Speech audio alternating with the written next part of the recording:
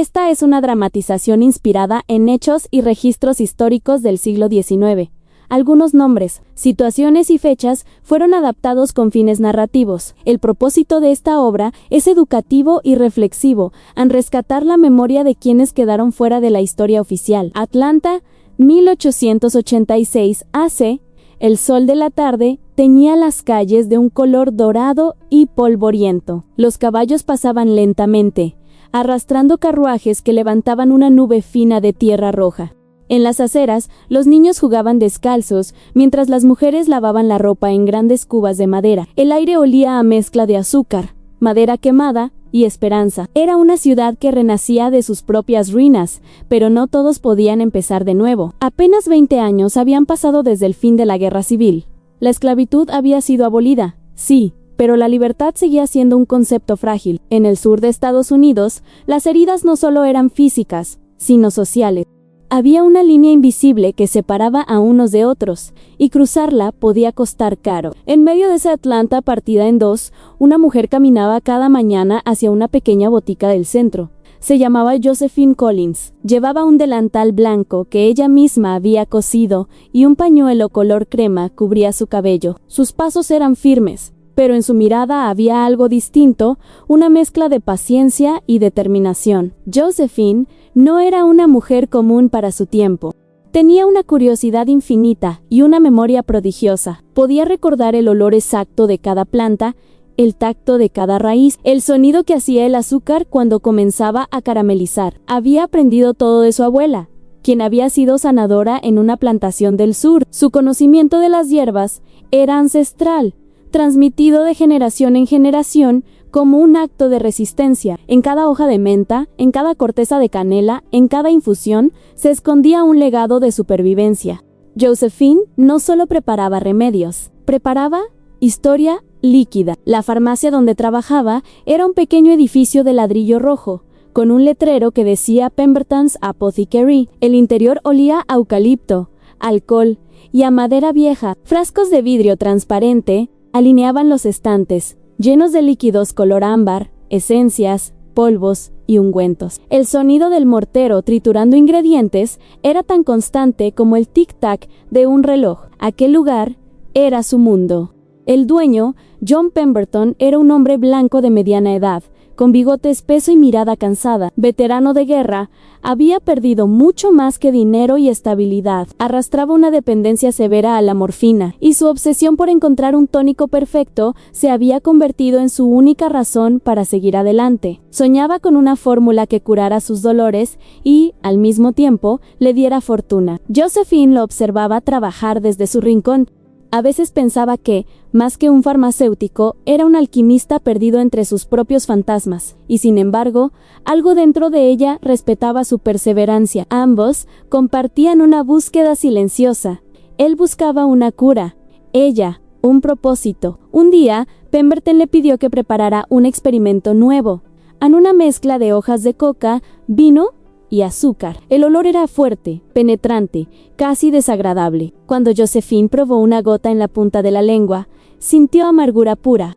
El sabor le revolvió el estómago. En silencio, pensó que aquel remedio podría curar cualquier cosa, excepto el alma. Fue entonces cuando recordó las nueces de cola africanas, secas y oscuras, que su abuela guardaba en un frasco de cerámica. Aquellas semillas se usaban en rituales de celebración, y su sabor, ligeramente amargo pero estimulante, tenía un efecto casi mágico. La tradición decía que la cola fortalecía el espíritu y daba claridad mental. Josephine lo sabía desde niña. Esa memoria ancestral se encendió como una chispa. Tomó un puñado de nueces, las trituró con paciencia y las mezcló con los extractos de coca. Agregó aceites esenciales de limón y naranja, un toque de canela y clavo. Luego, vertió un jarabe de azúcar caramelizada que ella misma preparó. El líquido burbujeó lentamente, liberando un aroma que transformó el aire de la botica. Era como si la habitación se llenara de una melodía invisible. Pemberton se acercó intrigado. Su rostro, siempre serio, cambió. Probó el líquido, frunció el ceño y luego, por primera vez en mucho tiempo, esbozó una sonrisa sincera. «Tiene algo», murmuró en algo diferente. Josephine sintió que el corazón le latía con fuerza, no por el elogio, sino por la certeza de haber descubierto algo especial. Durante las semanas siguientes, trabajaron codo a codo. Ella anotaba cada medida, cada proporción, cada observación.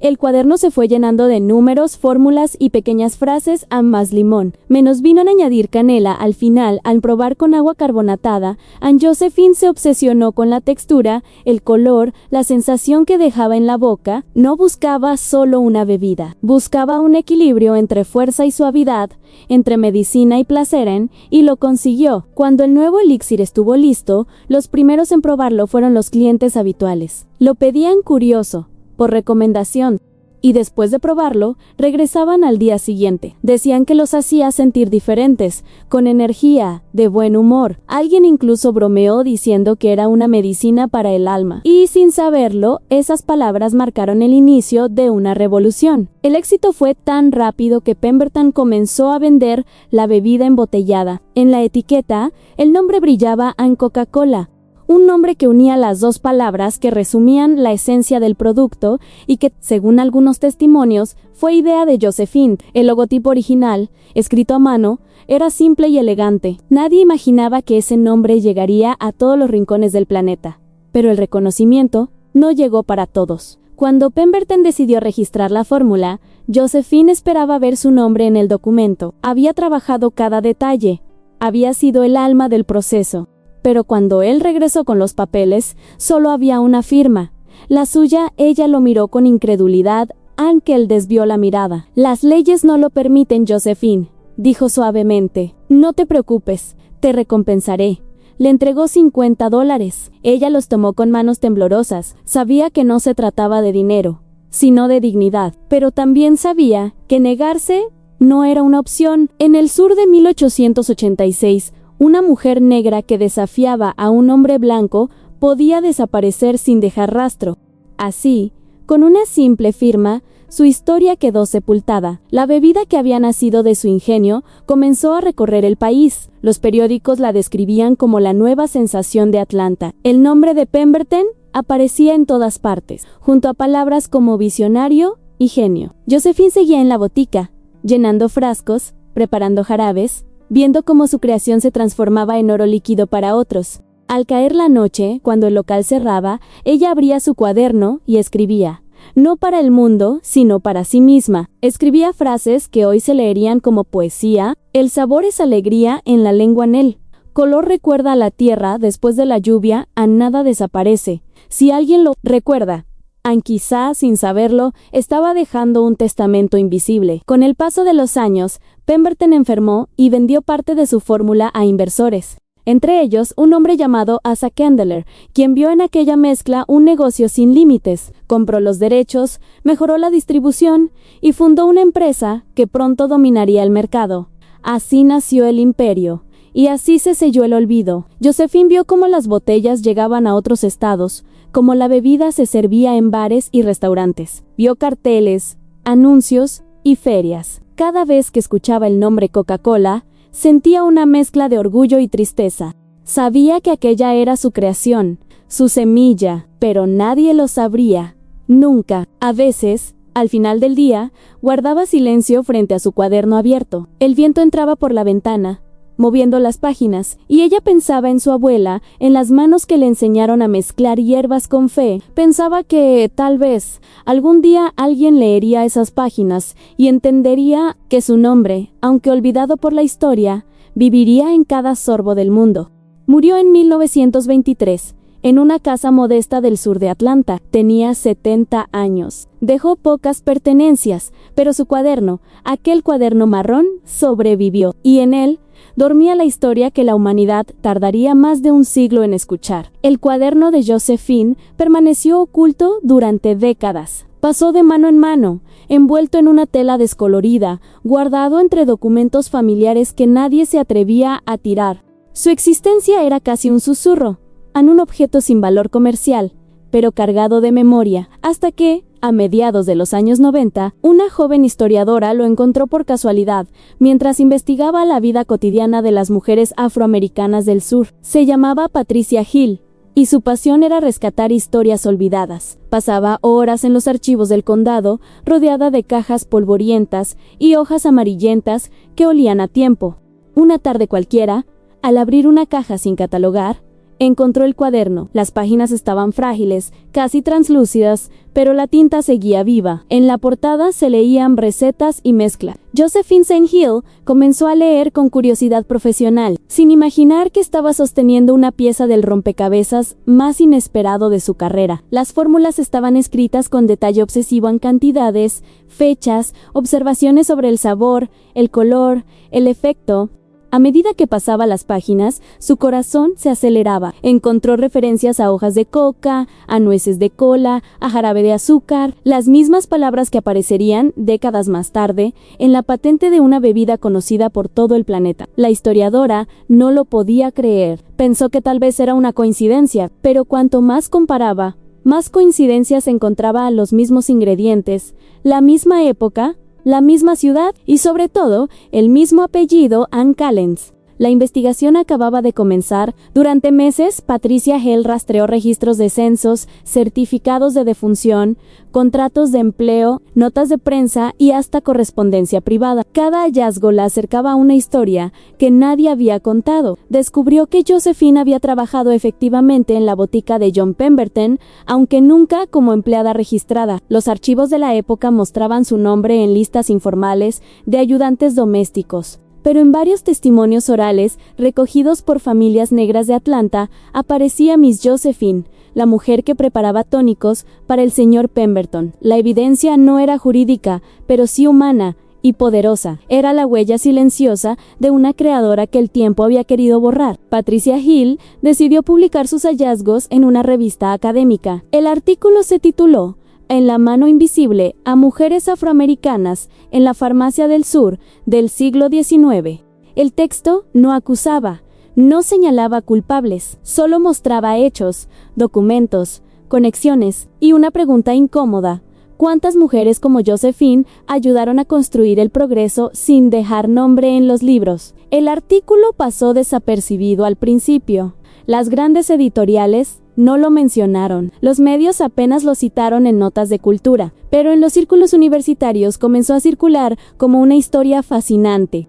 Los estudiantes de historia y de estudios afroamericanos lo compartían como un ejemplo de historia oculta, y poco a poco el nombre de Josephine Collins empezó a resonar. Una periodista local, intrigada, visitó a Hale para conocer más detalles. Le pidió ver el cuaderno. Cuando lo tuvo entre sus manos, sintió un estremecimiento. El papel estaba lleno de manchas de jarabe, de pequeñas huellas dactilares. Era tangible, vivo, el tipo de objeto que convierte la historia en algo real. Publicó un reportaje con un título sencillo pero poderoso: Ann, la mujer que quizás inventó la Coca-Cola.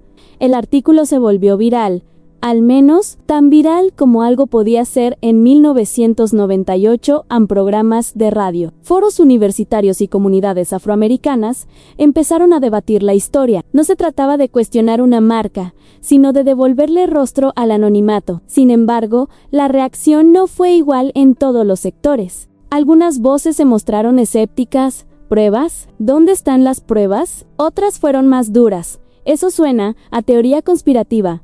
Ann Patricia Hill se mantuvo firme, repetía siempre lo mismo: no estoy diciendo que Josephine inventó la Coca-Cola, estoy diciendo que sin ella, la historia no estaría completa. Esa frase, sencilla pero contundente, resumía toda una reivindicación.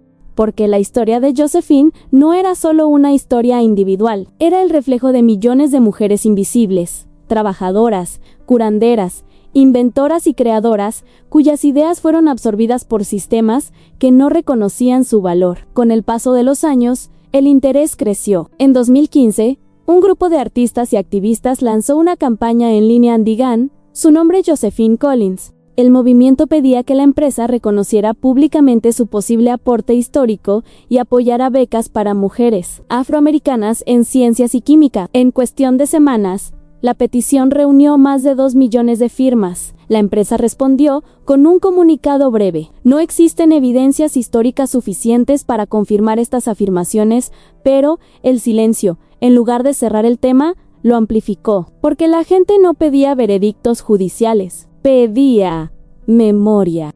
Pedía justicia simbólica. A esa altura, la historia de Josephine se había convertido en leyenda. Documentales independientes comenzaron a explorar su vida, mezclando historia, arte y reivindicación. En Atlanta, un grupo de estudiantes restauró digitalmente las páginas del cuaderno. Cada palabra, cada mancha, cada trazo de tinta se preservó con cuidado. Al verlo escaneado, Patricia Hell lloró. Dijo Anne por fin, Josephine tiene un lugar donde nadie podrá borrarla. El cuaderno se exhibió por primera vez en una pequeña exposición local titulada Manos Negras que cambiaron el mundo. Las personas se detenían frente a la vitrina, observaban las páginas y murmuraban su nombre. Algunos lloraban, sin saber exactamente por qué, tal vez porque entendían que no era solo la historia de una mujer, sino la de una verdad universal. La grandeza puede florecer incluso donde nadie la mira. Los años siguientes trajeron más investigaciones. Nuevos documentos apareceram cartas, registros de compra de ingredientes, notas marginales, nada que pudiera considerarse prueba concluyente, pero sí un coro de coincidencias que ya nadie podía ignorar. Cada dato reforzaba la idea de que detrás del mito de la bebida más famosa del mundo había una mente anónima que contribuyó a su creación. Hoy, más de un siglo después, el legado de Josephine Collins se ha transformado en símbolo. Escuelas, fundaciones y grupos de jóvenes la mencionan en charlas sobre innovación, género y memoria. Se han escrito poemas, canciones, incluso obras de teatro inspiradas en su historia. En 2023, un grupo de cineastas afroamericanos comenzó la producción de una película basada en su vida, titulada La receta del olvido. Pero más allá de homenajes y titulares, lo que realmente importa es lo que representa en Tango una lección sobre reconocimiento y humanidad, porque la historia de Josephine nos obliga a mirar con otros ojos todo lo que consumimos, todo lo que admiramos, todo lo que damos por sentado. Nos recuerda que detrás de cada producto icónico, de cada invento y cada empresa multimillonaria, hay personas que quizás nunca fueron nombradas, personas cuyas ideas fueron absorbidas por la maquinaria del tiempo. Cuando uno bebe una Coca-Cola, esa mezcla burbujeante que conquistó el planeta, rara vez piensa en la mujer que pudo haber inspirado su sabor. Y sin embargo, en cada trago hay un eco lejano, el aroma de limón y canela que un día llenó aquella botica en Atlanta. El eco de una mujer que soñaba con equilibrio, no con fortuna, que mezclaba ciencia y alma en una época en la que ni la una ni la otra le pertenecían. Imaginemos por un momento un universo paralelo, uno en el que Josephine hubiera podido registrar su fórmula, poner su nombre en la etiqueta y vender su bebida al mundo. En ese universo, su apellido estaría en museos, su rostro en los billetes, su historia en los libros escolares. Tal vez sería recordada como una de las primeras mujeres negras en crear una marca global. Pero ese mundo no existió. El que sí existió fue este anhel, el de una mujer que, sin saberlo, cambió la historia desde el anonimato. Y quizá esa sea su verdadera victoria, haber dejado una huella tan profunda que ni el silencio logró borrarla por completo. Hoy, el cuaderno original de Josephine Collins reposa en una vitrina del Museo de Historia Social de Atlanta. Junto a él, una placa pequeña dice donación anónima. Finales del siglo XIX, autora no confirmada Anne, pero quienes conocen la historia sonríen al leerla, porque saben que esa autora tiene nombre, y que su nombre, aunque nunca se grabe oficialmente, ya pertenece a la memoria colectiva. Los visitantes observan las páginas y se quedan en silencio. Algunos toman fotos, otros simplemente miran. Nadie sale igual después de ver esas letras, porque entienden que no se trata solo de una bebida, sino de lo que simboliza la voz de todas las Josephines del mundo. Josephine Collins murió en 1923, sin dinero, sin reconocimiento. Pero su historia viaja hoy en cada botella, en cada anuncio, en cada canción que usa esa marca como símbolo de alegría. Su herencia no está en los millones, sino en la inspiración, en recordarnos que las ideas no tienen dueño hasta que se nombran, y que cada nombre robado merece ser devuelto. Quizá nunca sepamos con certeza si Josephine fue la verdadera creadora de la fórmula. Tal vez parte de la historia siga oculta para siempre. Pero lo que sí sabemos es que su existencia, documentada, real o simbólica, abrió una conversación que ya nadie puede cerrar. La conversación sobre el valor de reconocer a quienes construyeron el mundo en silencio. Y eso, en el fondo, es mucho más poderoso que cualquier imperio. Esta dramatización está basada en investigaciones, relatos y tradiciones orales que buscan visibilizar las contribuciones de mujeres afroamericanas del siglo XIX. No pretende emitir juicios ni afirmaciones fácticas sobre ninguna persona o empresa actual. Su único propósito es inspirar reflexión, memoria y gratitud hacia todas las historias invisibles que merecen ser contadas.